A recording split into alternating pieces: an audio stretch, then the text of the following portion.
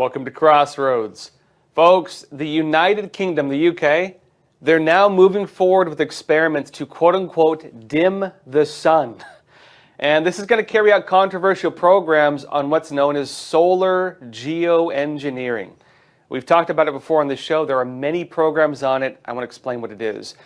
These are concepts being developed to fight alleged global warming, and they want to do so by reducing the amount of sunlight that reaches the Earth. And there's a lot of ways they do it. The Telegraph says this. It says experiments to dim sunlight to fight global warming will be given the green light by the government in the UK within weeks. It says outdoor field trials, which could include injecting aerosols into the atmosphere or brightening clouds to reflect sunshine, are being considered by scientists as a way to prevent runaway climate change. It says ARIA, this is one of the organizations, that's the government's Advanced Research and Invention Funding Agency in the UK, has set aside £50 million for projects which will be announced in the coming weeks. It says Professor Mark Symes, the program director for ARIA, it's the Advanced Research and Invention Agency, said there would be small, controlled outdoor experiments on particular approaches, and added, we will be announcing who we have given funding to in a few weeks, and when we do so, we will be making clear when any outdoor experiments might be taking place, he said, and added, one of the missing pieces in this debate was physical data from the real world, meaning they're actually doing it. And they say models can only tell us so much. It notes as well that geoengineering projects which seek to artificially alter the climate have proven controversial, as you might imagine. It says with critics arguing they could bring damaging knock-on effects as well as being unhelpful distractions from lowering emissions.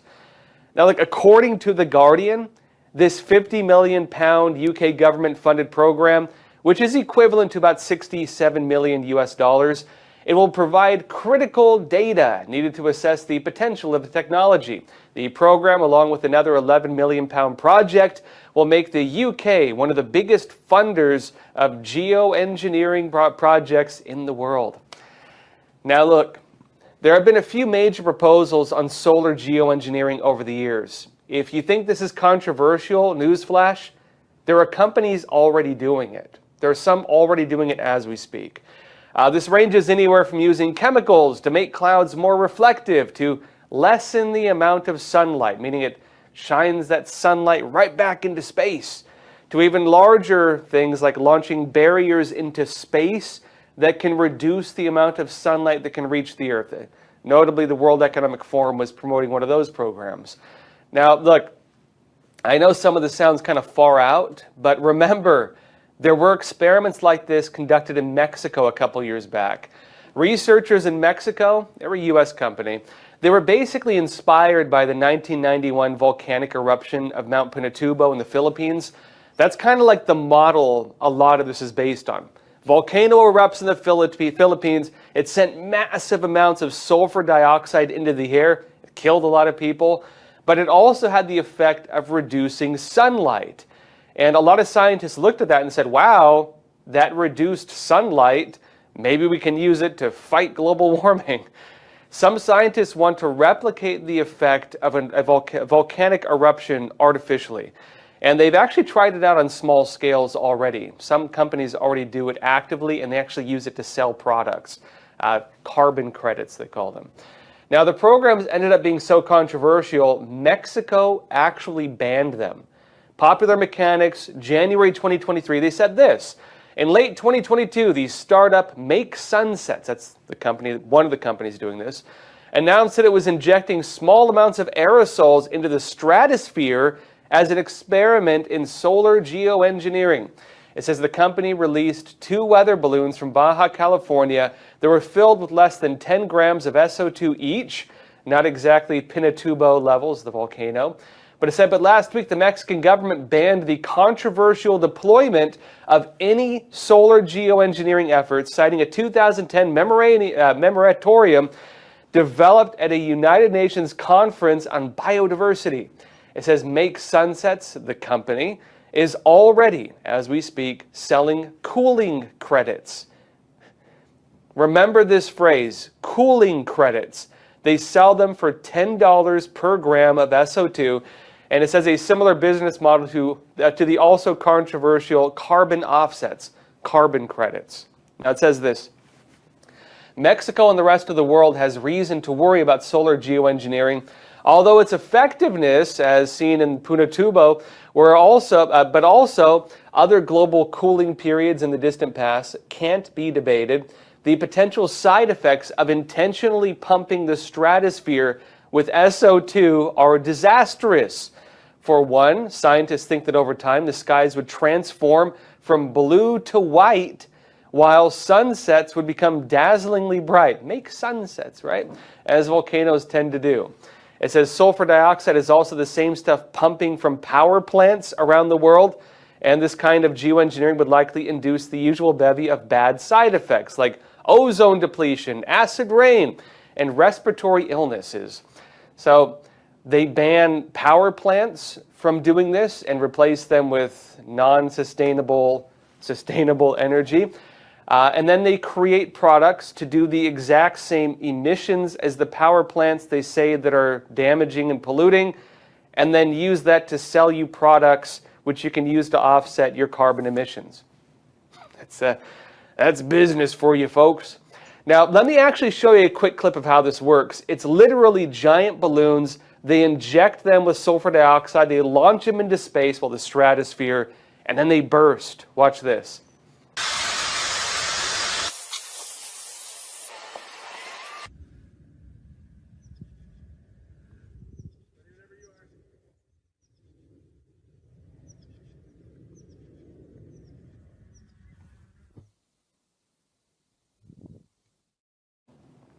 Now, look, briefly on this, a lot of people might say, oh, well, what does it matter? You know, you inject aerosols into the stratosphere. It goes away after a little bit.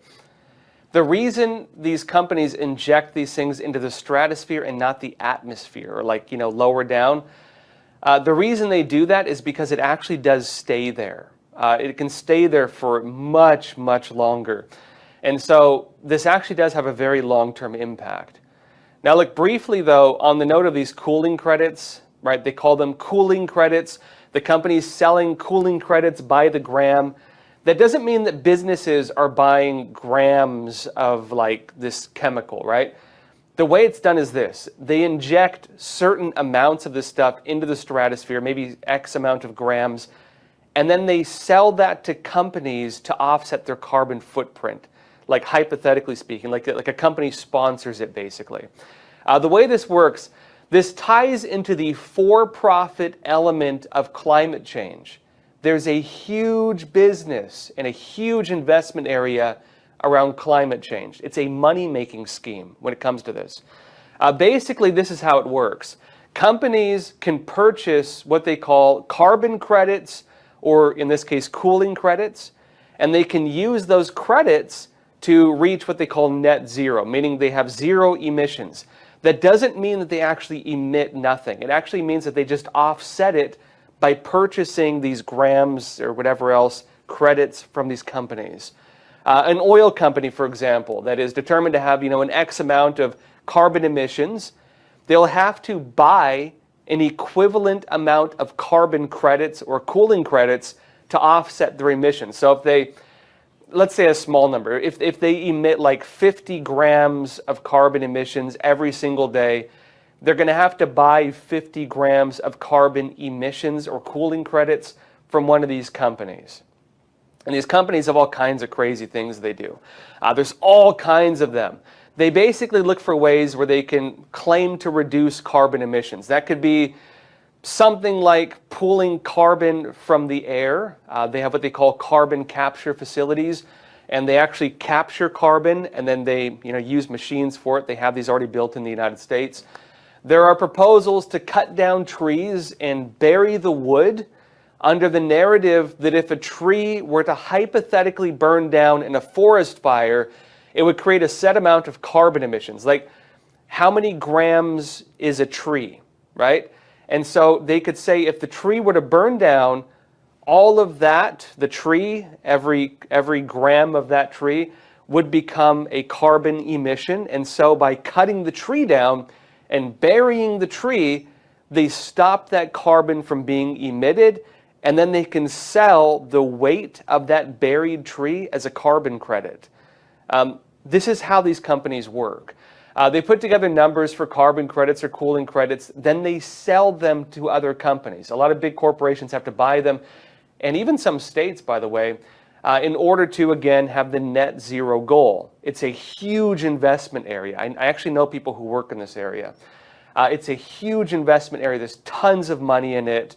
And, you know, some of these also get government funding, state subsidies in other parts of the world. It's not even just the US, it's like China and stuff. There are a lot of concerns around these programs themselves, like obviously, because some of these proposals, you don't really know the long-term effects of it. Like, what does it mean if you're pulling carbon out of the air? Like, what does that do to the area? There's also some companies that are a lot less credible.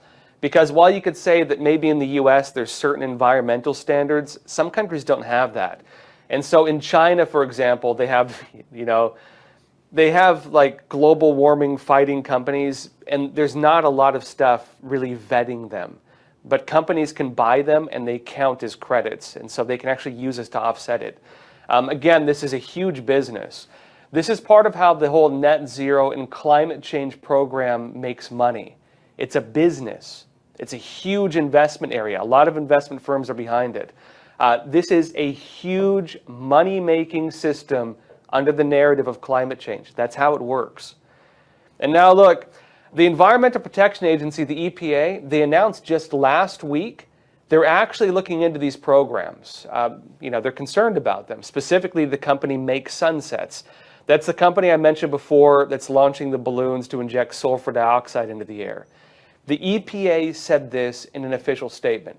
It said the U.S. Environmental Protection Agency EPA Office of Air and Radiation, OAR, submitted a demand for information to a startup company calling themselves Make Sunsets, which is launching balloons filled with sulfur dioxide seeking to geoengineer the planet and generate cooling credits to sell.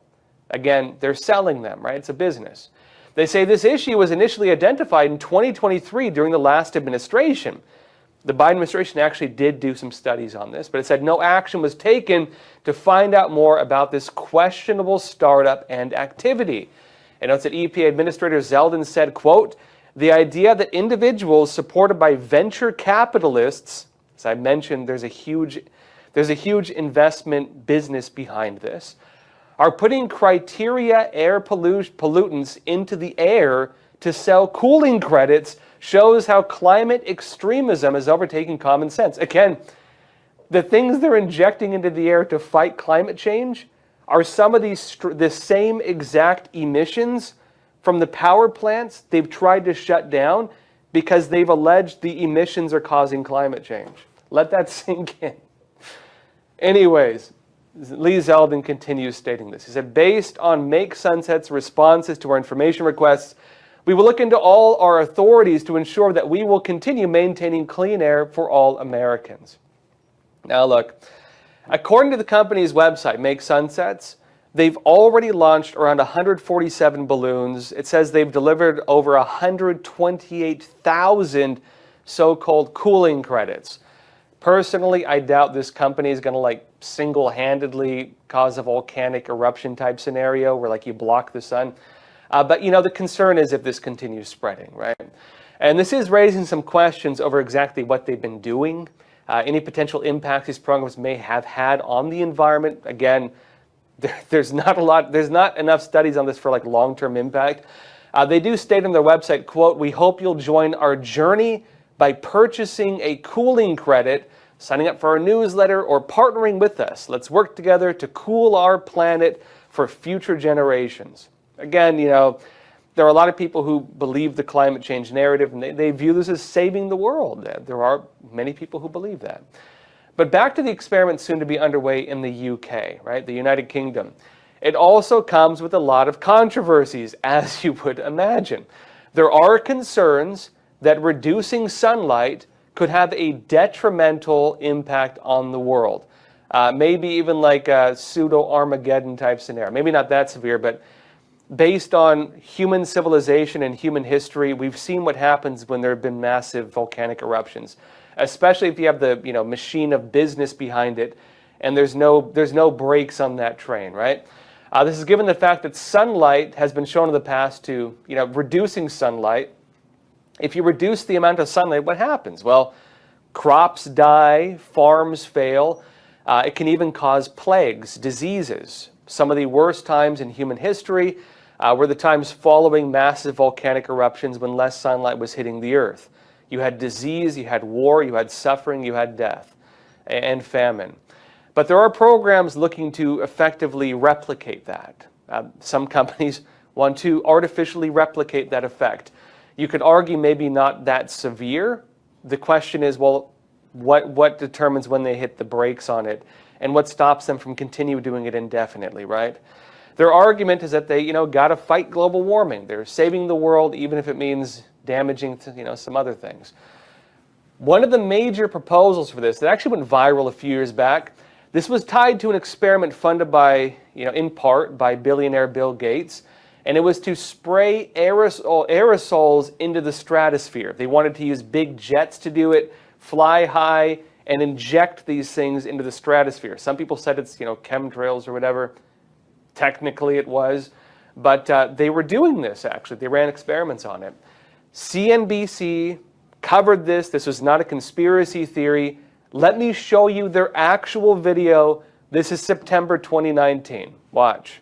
Meanwhile, Bill Gates is backing the first high-altitude experiment of one radical climate change solution, creating a massive chemical cloud that could cool the Earth. It's called solar geoengineering, and it's highly controversial. How long will it be that countries keep experiencing these climate impacts before someone gets desperate and says, hey, we need to cool the planet with solar geoengineering? It would look something like this.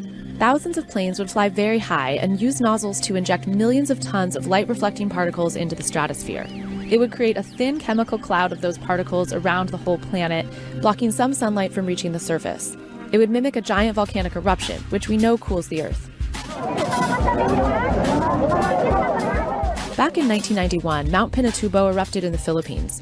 It was the largest eruption to affect a densely populated area, creating avalanches and giant mud flows that left more than 700 dead and 30,000 homeless. It also spewed a cloud of 20 million tons of sulfur dioxide particles into the stratosphere. That chemical cloud was hundreds of miles across and reflected about 2% of sunlight back to space. And in 1992, the Earth was cooler than in 1991. That is part of the mechanism, but you do this in a controlled way. Modelling studies have found that it could reduce the intensity of heat waves, for instance.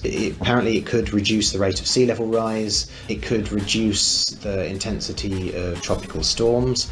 But it also comes with significant risks and uncertainties. Things like mass famine, mass flooding, drought, of kinds that will affect very large populations.